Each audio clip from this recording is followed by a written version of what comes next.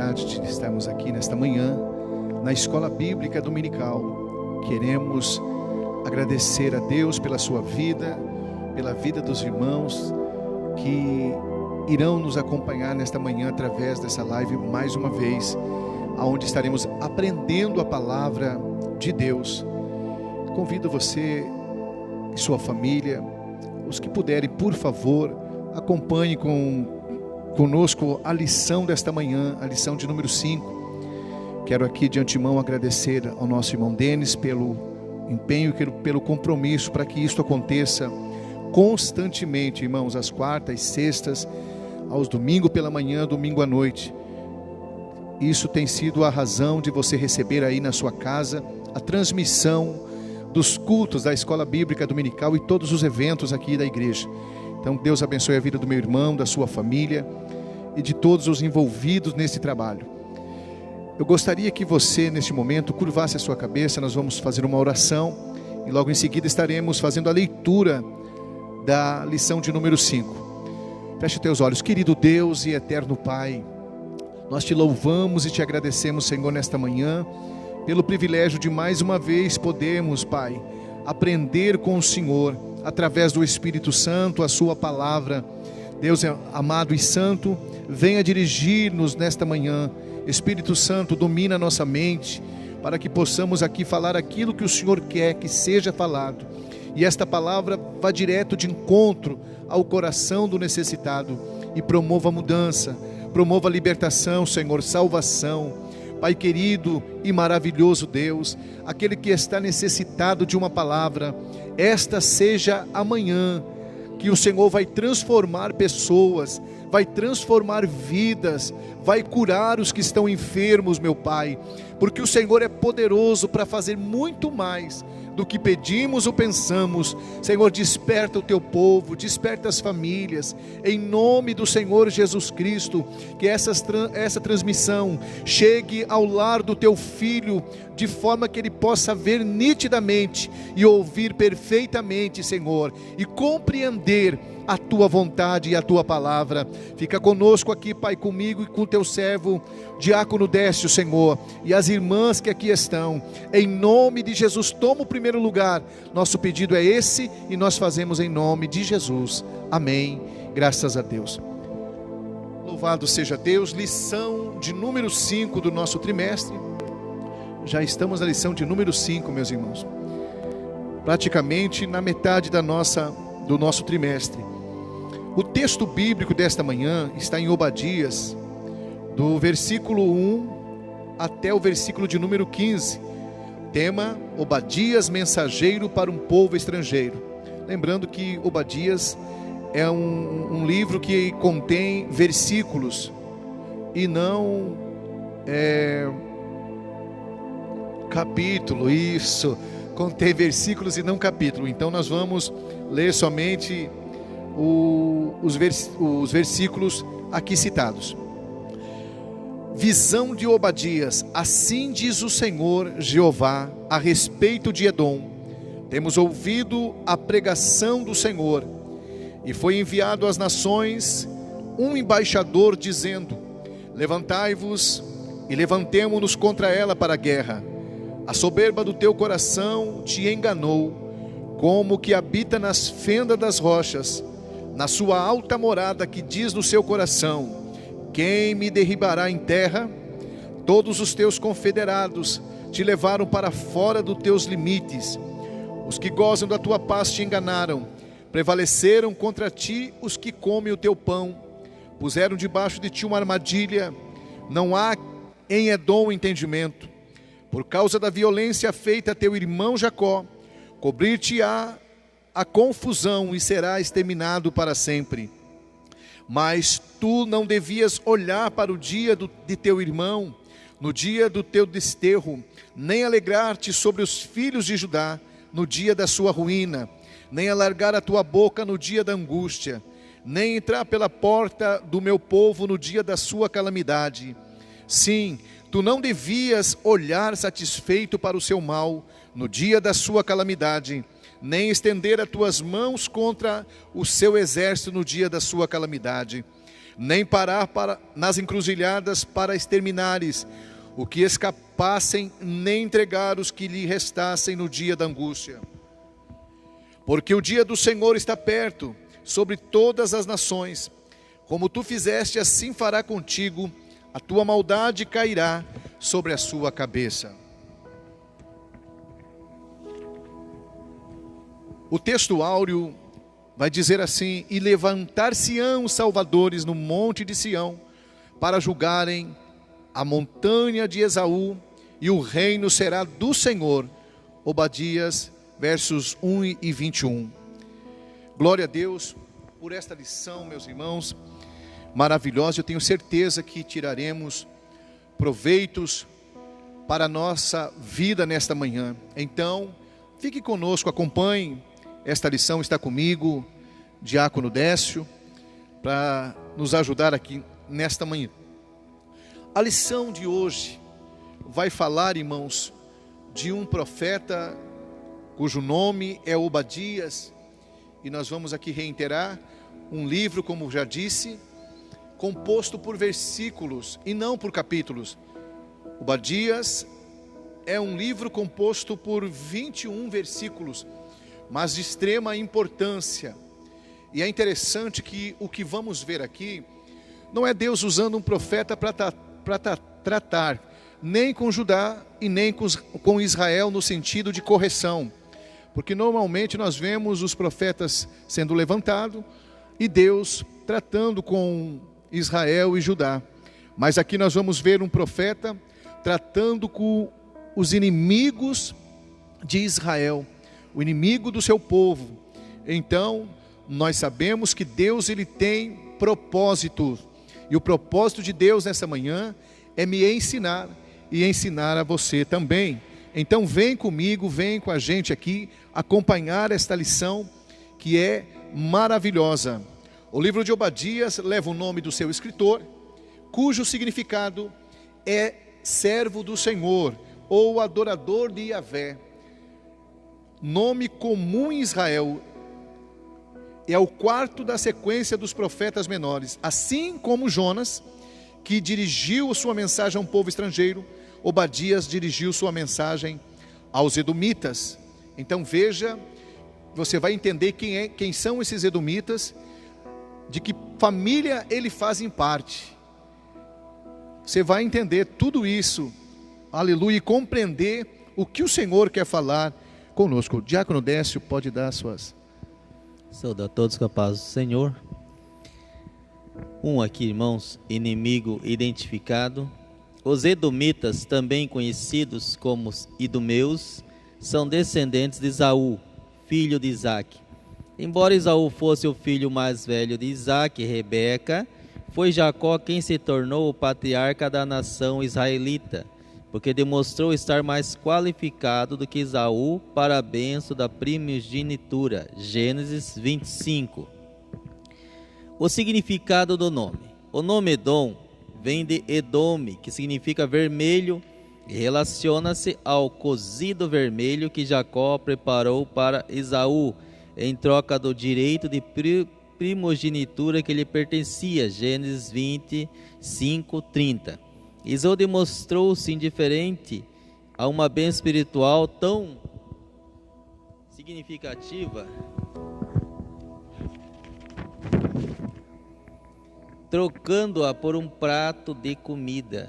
Então está aí, filho de Rebeca e de Isaque, os dois, portanto, da mesma gestação, né? A gente chama hoje em dia de gêmeos.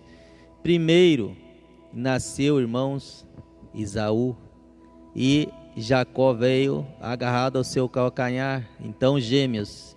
E no decorrer da história, então Jacó fez um cozido, né?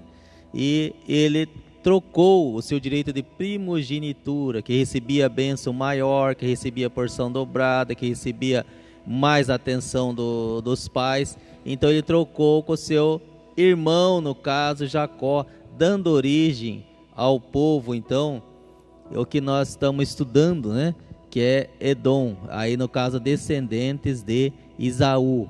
E também nós vamos ver no decorrer da lição que Deus falou para o povo de Israel, os filhos de Jacó, considerassem, né, a descendência de Esaú. Era para ser todos unidos, né?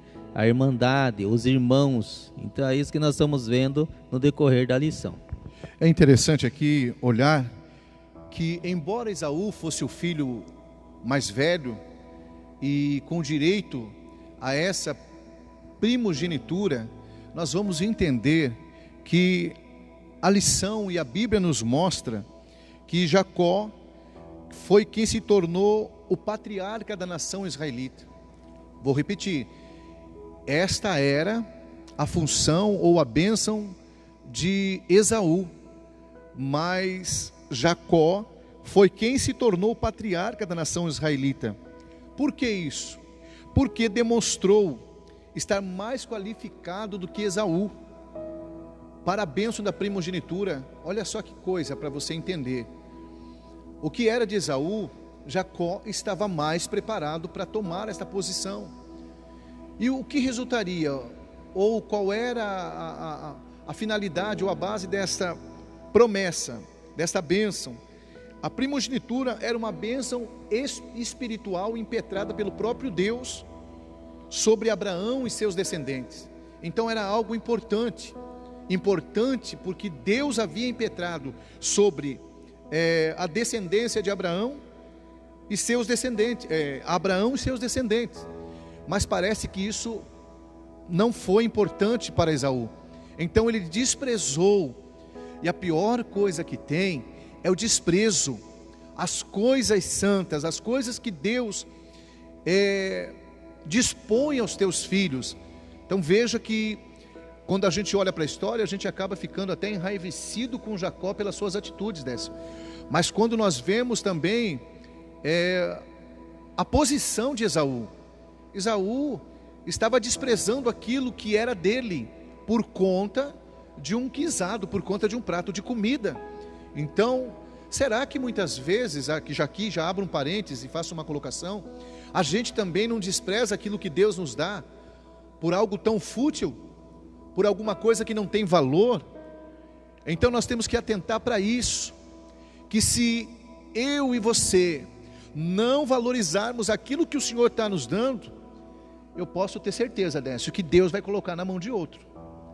A bênção será de outro, porque muitas vezes nós não valorizamos aquilo que Deus está nos dando. Então Jacó, ele se demonstrou preparado para estar, ou melhor, a palavra é qualificado, preparado para tomar posse da bênção da primogenitura. Então veja que Esaú desprezou. E o conselho que nós damos aqui nesta manhã é para nós também e para você: não despreze aquilo que Deus te deu, as promessas de Deus para a tua vida. Não troque-a por nada, nem por prazeres, nem por nada que venha afastá-lo de Deus e dos propósitos do Senhor. Jacó, irmãos, também, relembrando, um nome assim, nada apropriado para um servo de Deus, né? Porque o nome significava enganador, né? Tirador de vantagem, e por aí vai, né? E inclusive Deus mudou o nome dele para Israel, por causa disso, porque aquele nome não era muito conveniente para uma pessoa que seria o patriarca de Israel, seria o patriarca da nação de Deus, né? Então, na lição de hoje, Temã, né, uma cidade, citada no livro de Obadias 1:9, era neto de Esaú. Gênesis 36. Os temanitas, daí o nome, né? Temã, temanitas, deram nome a uma localidade ao norte de Edom. Jeremias 49. Ezequias 25. E tornaram-se famosos por sua sabedoria. Jeremias 49. Um dos amigos de Jó era o sábio temanita chamado Elifaz, está lá em Jó 2. Então, irmãos, aqui, eles, os edomitas, ocuparam o monte Seir, né, como está na lição 1:2, ao sul do Mar Morto, desapossando seus antigos habitantes, os Oreus, os quais moravam em cavernas talhadas nas rochas. Deuteronômio 2. A cidade, por ter sido construída com pedras, veio a ser chamada pelos gregos de Petra. Era uma região montanhosa composta de rochas avermelhadas. A cidade ficou conhecida inicialmente como Selá e mais tarde recebeu o nome grego de Petra. Então era um lugar, irmãos, uma localização no qual os mercadores passavam, né, chamado assim de rota, que vinha da Índia, que vinha da África, né, da Etiópia e por aí vai, passavam por aquela localidade.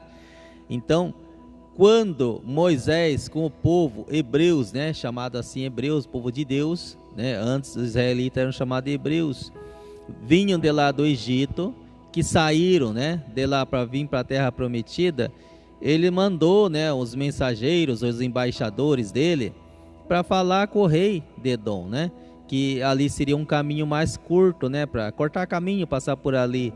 O rei não permitiu, apesar de ser todos irmãos, mas ele não permitiu. E aquela localidade, irmãos, era um corredor que o rei controlava a entrada e a saída de toda a população que ali viviam. Existia mais de 200 penhascos, irmãos, que eles esculpiam, né? Naquele tempo era muito comum as casas serem cavadas nas rochas, né? Rocha calcária, né? Uma rocha até mais, assim, digamos assim, macia, mole de cavar. Então, ali eles faziam as habitações deles. E nessa cidade, nessa localidade, havia em torno de 1000 templos. Então, os irmãos vejam que era uma localidade, uma sociedade bem avançada para a época e bem grande. E eles se orgulhavam disso daí, né? Que eles eram tidos como inteligentes e todos aqueles mercadores que passavam por ali e faziam negócio com eles, elogiavam aquele lugar. Aquele povo é um povo inteligente, aquele povo é um povo esperto, aquele povo sabe das coisas, aquele povo tem entendimento. Recebia muitos elogios, é por isso que Deus fala no livro de Obadias isso daí, né? Inteligência, hostilidade, orgulho, eles eram muito orgulhosos, né? E uma das coisas que temos que tomar cuidado na presença do Senhor, nos caminhos do Senhor, para quem aceita a Jesus como seu único e suficiente Salvador, é o orgulho, a soberba, né? São coisas assim que impedem as bênçãos de Deus em nossa vida. São coisas que atrapalham o nosso andar na caminhada com Deus, né? Deus não se agrada de tais coisas. E esse povo, Edom, Edomitas, idumeus, estavam incorrendo nesse problema, porque eles eram assim muito astuciosos, muito espertos e um povo de progresso para a época. Então era isso que estava acontecendo naquela cidade, naquele momento no qual Deus chamou o profeta Obadias para alertar, né, para avisá-los do que realmente estava acontecendo. É isso mesmo. Então vejamos que em 586 a.C., a Babilônia conquistou Jerusalém. Por que o Senhor havia levantado Obadias? Qual que era o propósito, a finalidade? Era justamente denunciar Edom, os edomitas, que é da descendência de Esaú. Então havia um parentesco, mas por conta dessa conquista da Babilônia a Jerusalém, e esse povo Edom que morava ao sul de Judá, eles se alegraram com a derrota do povo. Eles contribuíram também para algo mais profundo em termos de crise, porque o fato de Babilônia conquistar Jerusalém trouxe isso alegria ao povo edomita. Ou seja, e então o profeta Obadias foi levantado para denunciar o pecado dos edomitas e anunciou que eles seriam castigados. Vejam que Deus estava fazendo isso por conta do seu povo. Talvez você não tenha entendido o que eu falei aqui. Um povo foi conquistado pela Babilônia. Quando conquistou Jerusalém, este povo se alegrou pela derrota de Jerusalém. Ou seja, fez festa. Você já imaginou? Um parentesco de repente se alegrar com a sua derrota. E era isso que estava acontecendo. E Deus então levantou Obadias para denunciar o pecado dos edomitas. E não só denunciar, mas dizer para eles que seriam castigados e derrotados. Nós vamos mais à frente aqui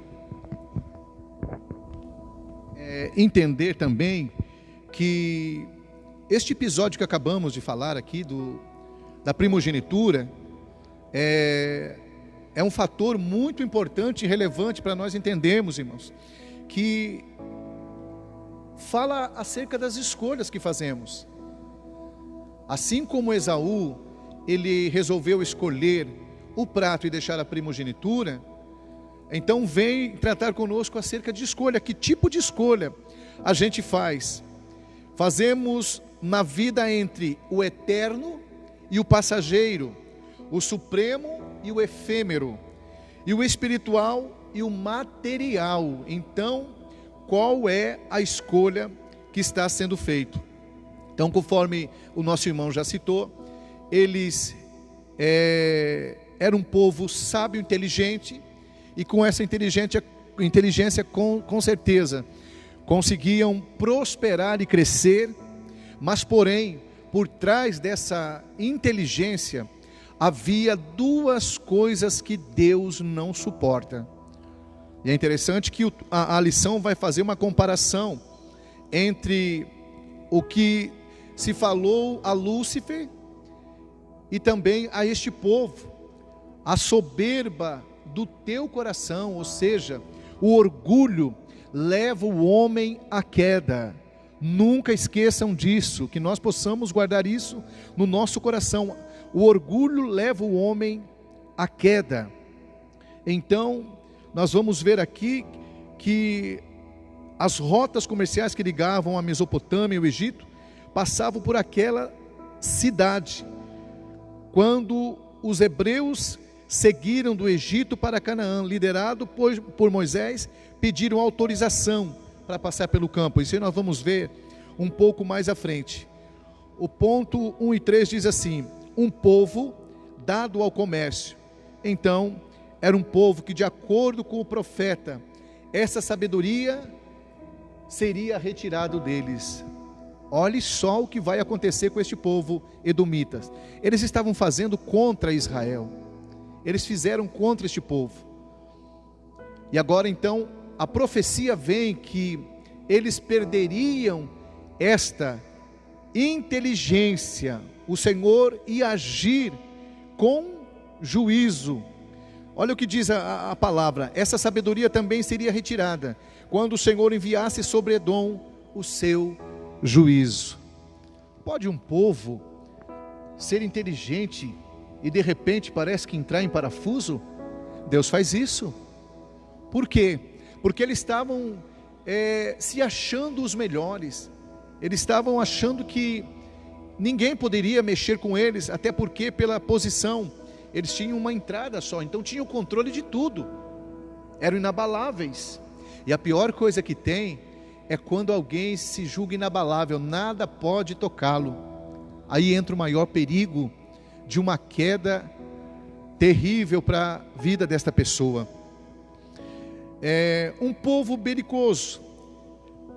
Eles travaram várias batalhas, foram feridos por Davi, uniram-se a Amon e a Moabe em uma guerra contra Josafá, revoltaram-se contra o domínio de Judá e constituíram para si um rei, atacaram e pilharam a Judá, foram atacados por Amazias, em um contra-ataque levaram muitos judeus cativos, cooperaram com a Babilônia e na sua invasão a Judá.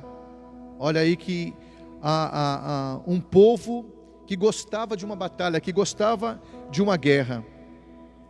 E era uma cidade, Décio, que era estratégica. Era uma cidade que se chamou Petra, uma cidade de estratégia, onde nós já falamos, tinha uma única entrada, o que permitia aos seus habitantes exercer controle absoluto. Então eles sabiam quem entrava, quem saía daquela região, tinham um controle total. Que na verdade tudo isso se perdeu. O homem vai muito bem até o ponto que ele se acha senhor da situação, porque no dia em que ele se achar senhor da situação, as coisas mudam para a sua vida, porque existe um Deus que tudo vê, existe um Deus que tudo sabe e que não está indiferente às situações vividas nesta terra.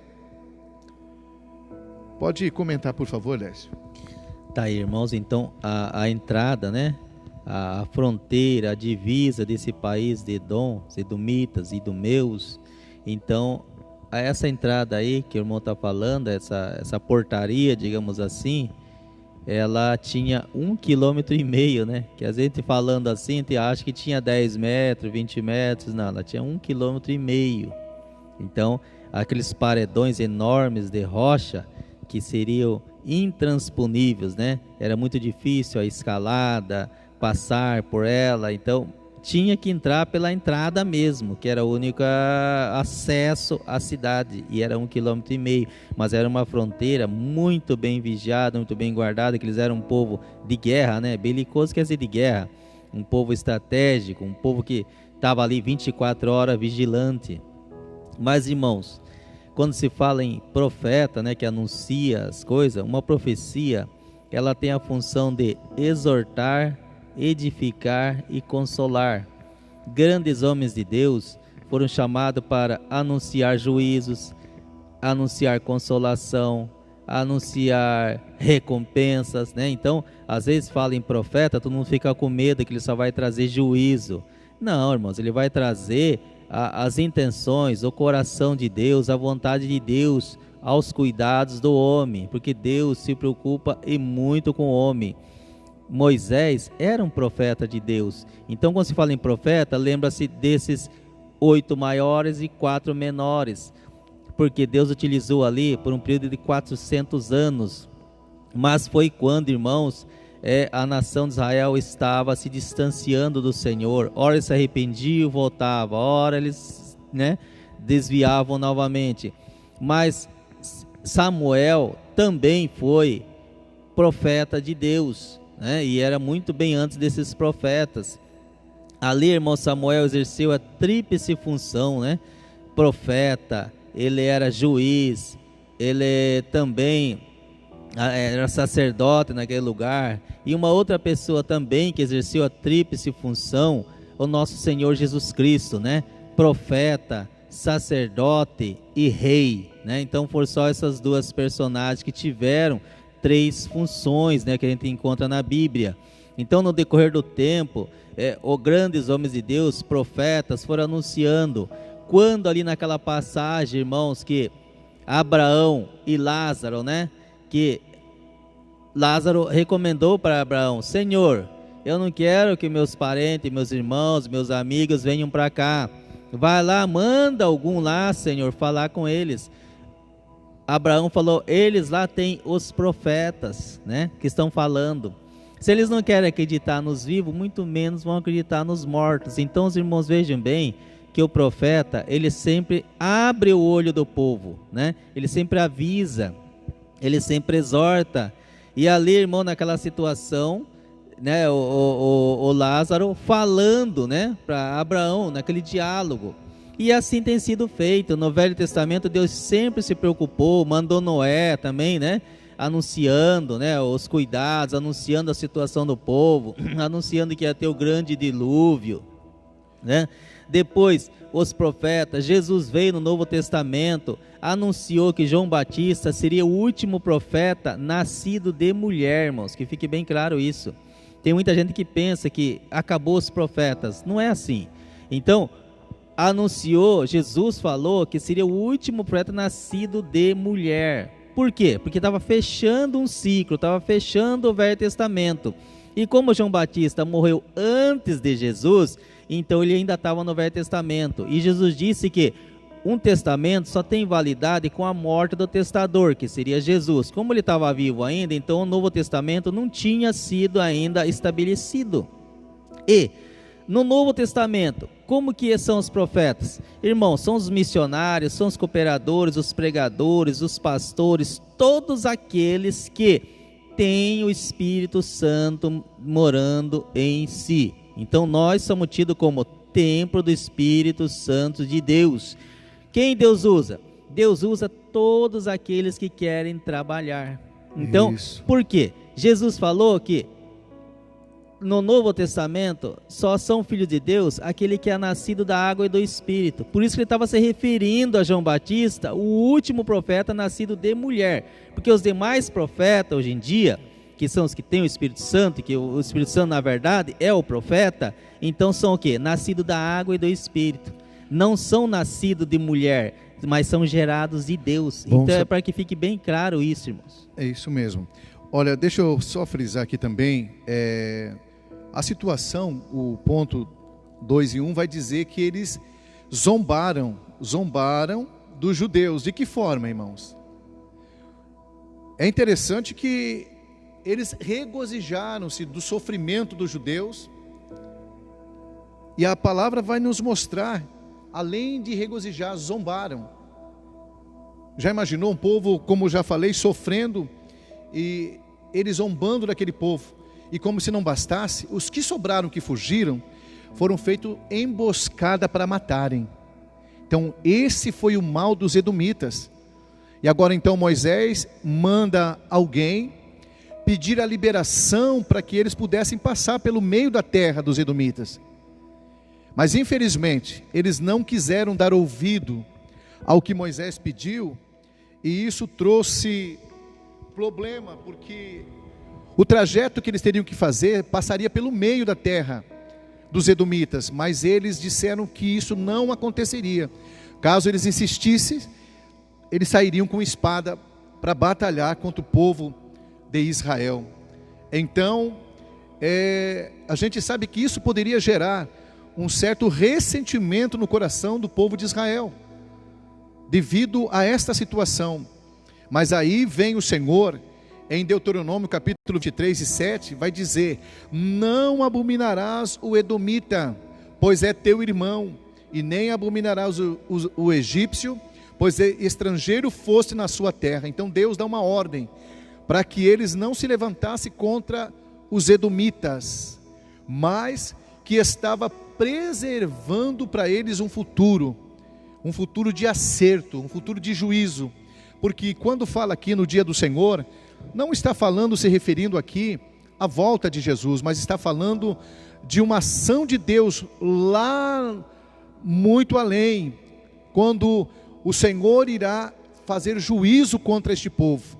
Então nós vemos que o que Edom está fazendo, os edomitas estão fazendo, haverá um juízo. O dia da justiça. A soberba e o orgulho são, sem sombra de dúvida, grandes inimigos do homem. Provérbios 16 e 18. Obadias profetizou uma invasão a Edom, e os vaticínios acerca dos que os edomitas sofreriam eram duros. Eles seriam saqueados pelas pessoas com as quais fizeram aliança. Olha aí a ordem de Deus. Quer dizer, aquele povo que eles fizeram aliança seriam os mesmos que agora iriam saqueá-los. Você está entendendo? O povo desprezou o povo de Deus, se julgou melhor, e Deus está vendo tudo. E agora então o mesmo que eles fizeram aliança são os que vão traí-lo, são os mesmos que vão agir contra eles e vencê-los. O Altíssimo revelou o motivo pelo qual se vingaria dos edomitas. Vocês maltrataram e mataram os seus irmãos, os descendentes de Jacó. Os judeus descendentes de Jacó existem até hoje como nação forte, economicamente poderosa entre os edomitas. Descendente poderosa entre os edomitas, descendente de Esaú, foram completamente dizimados. Vejam que, se nós olharmos hoje, no mundo todo os israelitas vivem e são um povo próspero, judeus prósperos. Porém, os edomitas, eles foram desarraigados, foram dizimados. Então, meus queridos irmãos, você que me assiste, Deus ele tem compromisso com o seu povo. E aí daquele que se levanta contra o povo de Deus. Vejam que este povo orgulhoso e soberbo não existe. Ele foi dizimado da terra. Em contrapartida, o povo de Deus continua sendo poderoso, uma nação economicamente forte, porque Deus é o Deus que está no controle de tudo. Vamos mais à frente.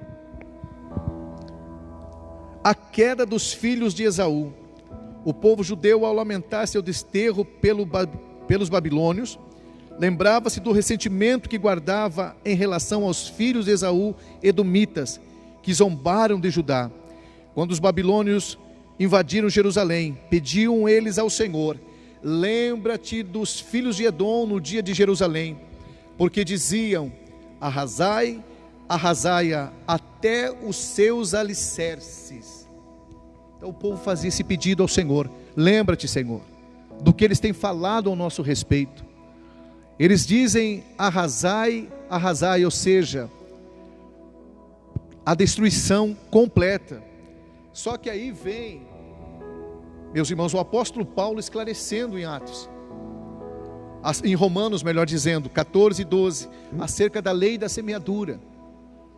Porque aquilo que o homem semear, ele também vai ceifar. Vou repetir: aquilo que o homem semear, ele também vai ceifar. Não erreis, Deus não se deixa escarnecer, porque tudo que o homem semear, ele também ceifará, quer bom ou quer ruim.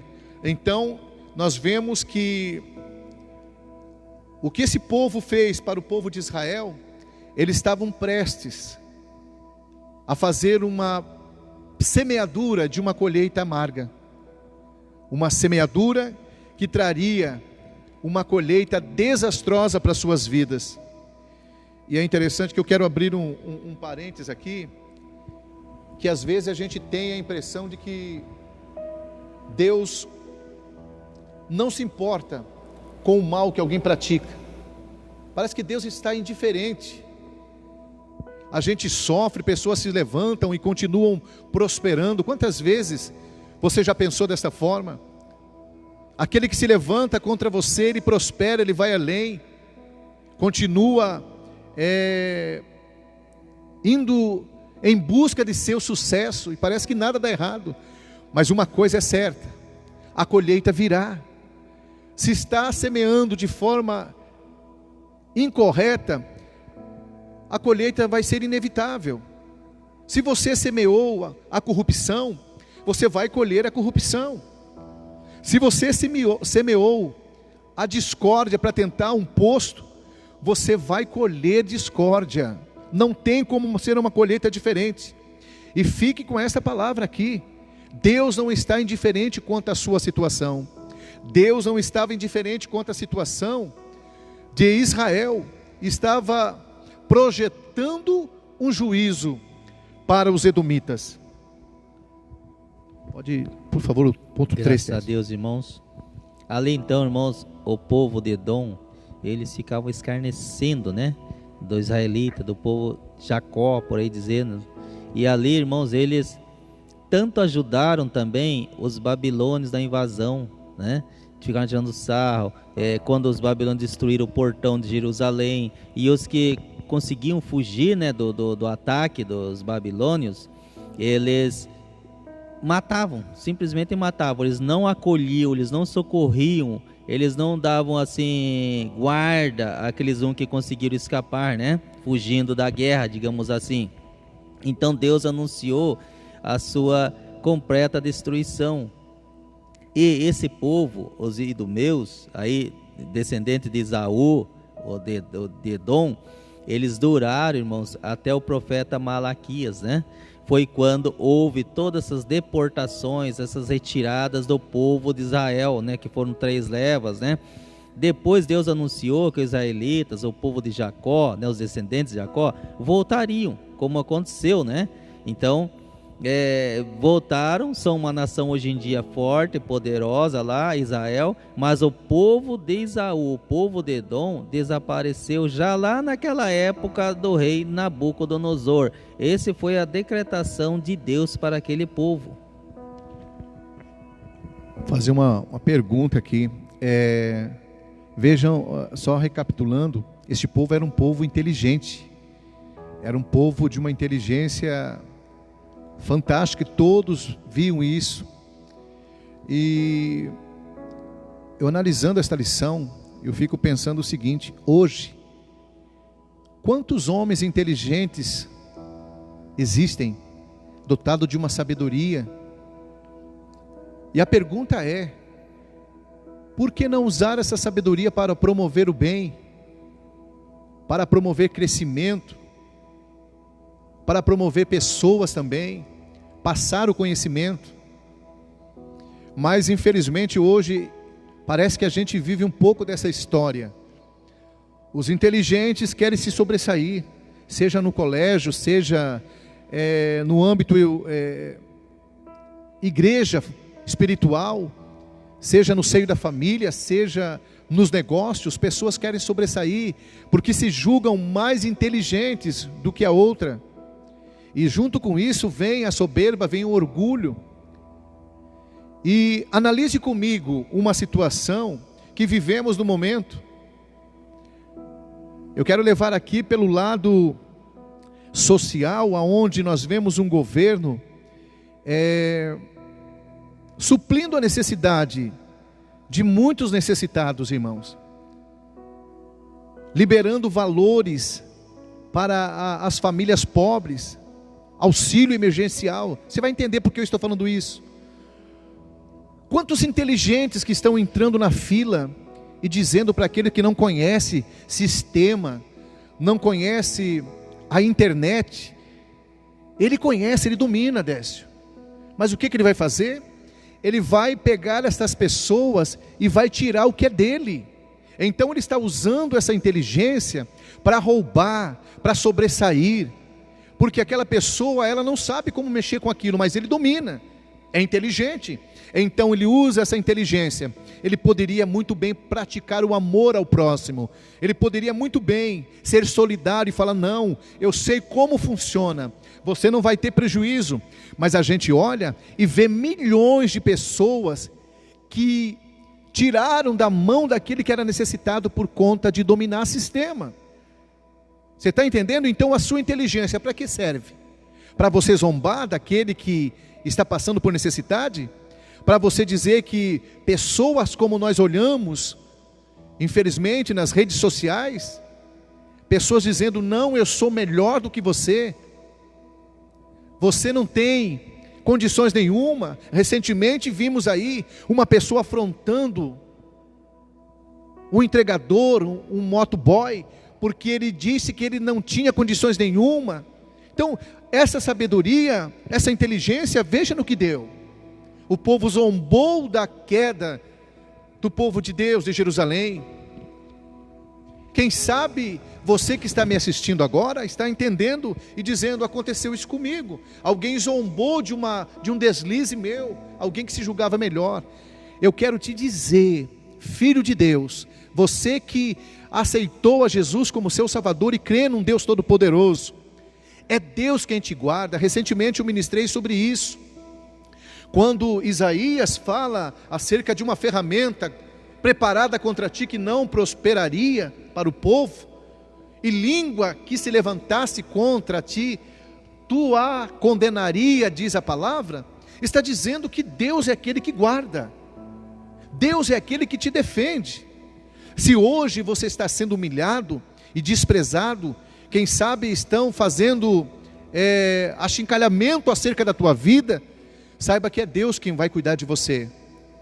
Deus não está indiferente acerca dessa situação. Deus não estava indiferente acerca da situação de Jerusalém, mas Deus estava vendo, e haveria um dia de juízo. Então eu quero dar um conselho: você que se julga inteligente, use a sua inteligência para promover a paz, para promover o crescimento, ajudar pessoas que talvez não tenham o mesmo entendimento que você tem.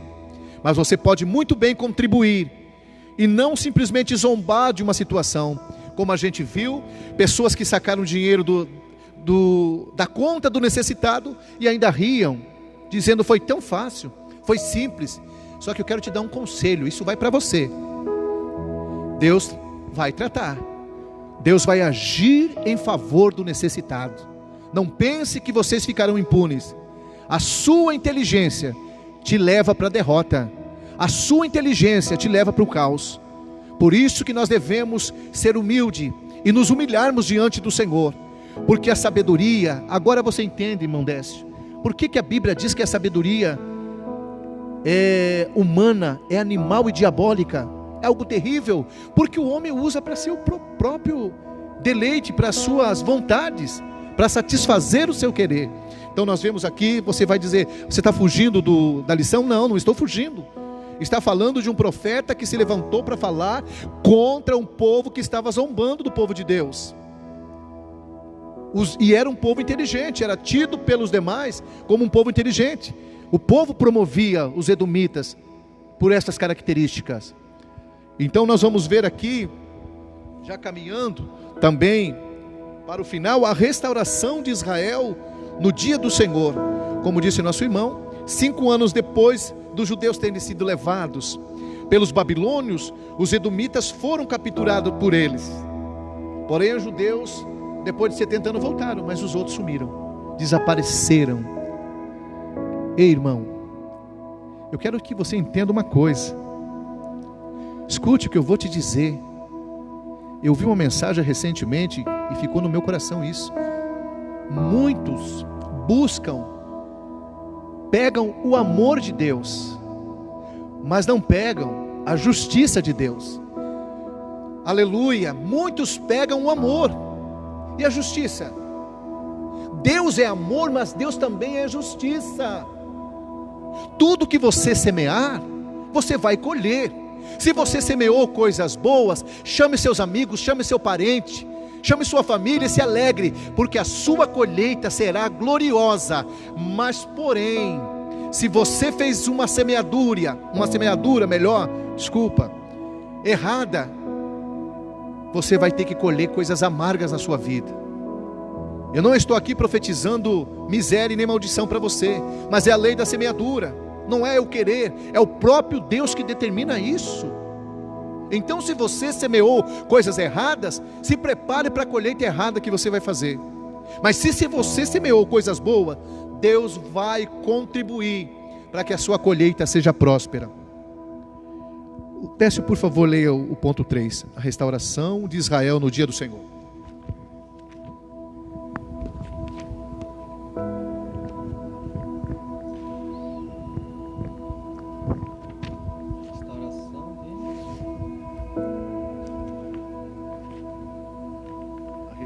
Ponto 3, a restauração de Israel no dia do Senhor.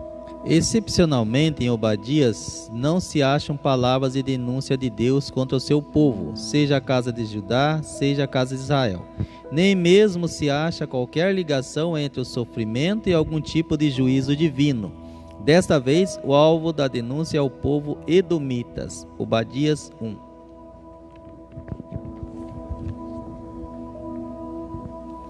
A bênção de Sião. Não houve nenhum espaço geográfico no planeta Terra mais significativo do que o Monte Sião, o ponto mais alto de Jerusalém, porque nele a glória de Deus se manifestava. O profeta Obadias anunciou uma bênção vinda de Sião sobre o povo de Judá, depois de tudo que padecera nas mãos dos edomitas. A restituição das terras. O Senhor prometeu restituir as propriedades que os edomitas roubaram daqueles que pertenciam à casa de Jacó. Os filhos de Edom seriam como palha queimada. Os judeus se apossariam tanto da terra dos edomitas quanto de outros territórios inimigos. Olha só que coisa interessante, né?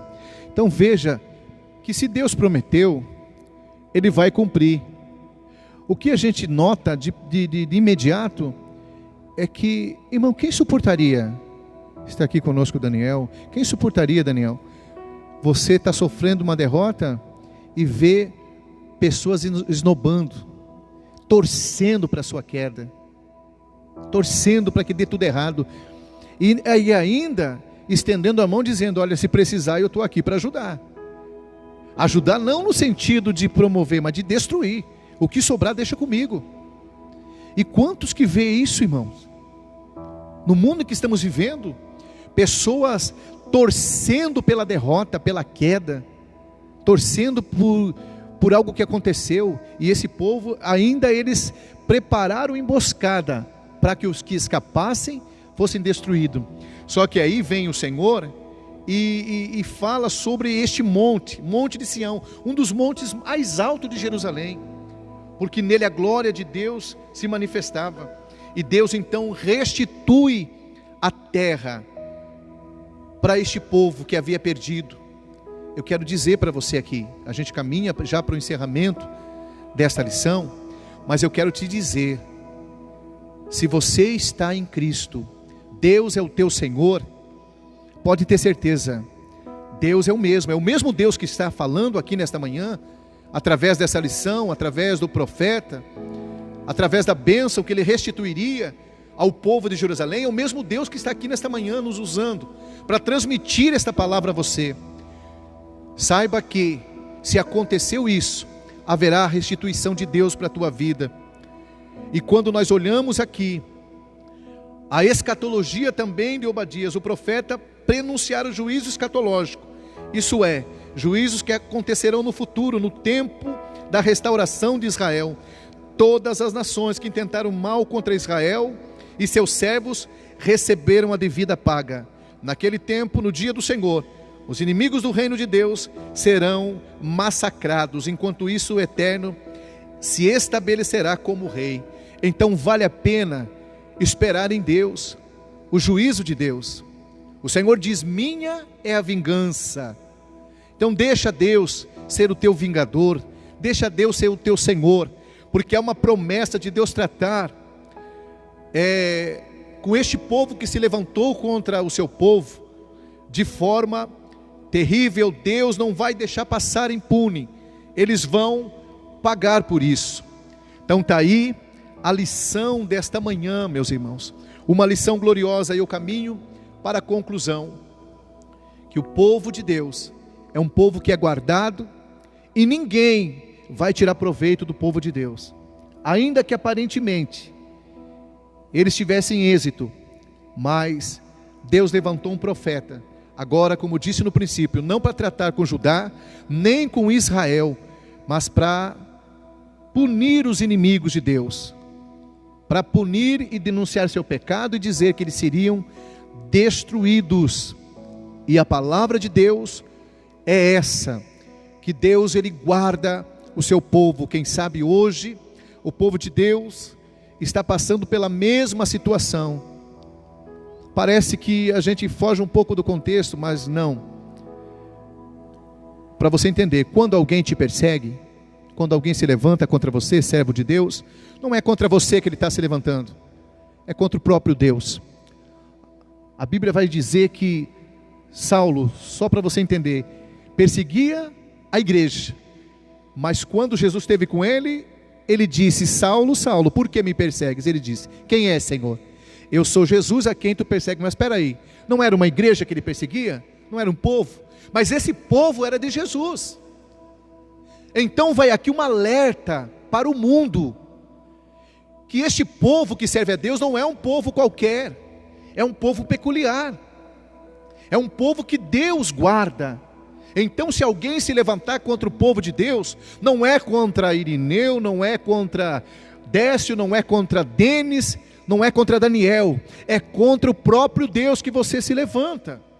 Então Deus cuida do teu povo, Deus vela por sua palavra para a cumprir. Eu quero agradecer você nesta manhã, em nome de Jesus, por ter nos acompanhado até aqui. Que esta palavra venha queimar no seu coração.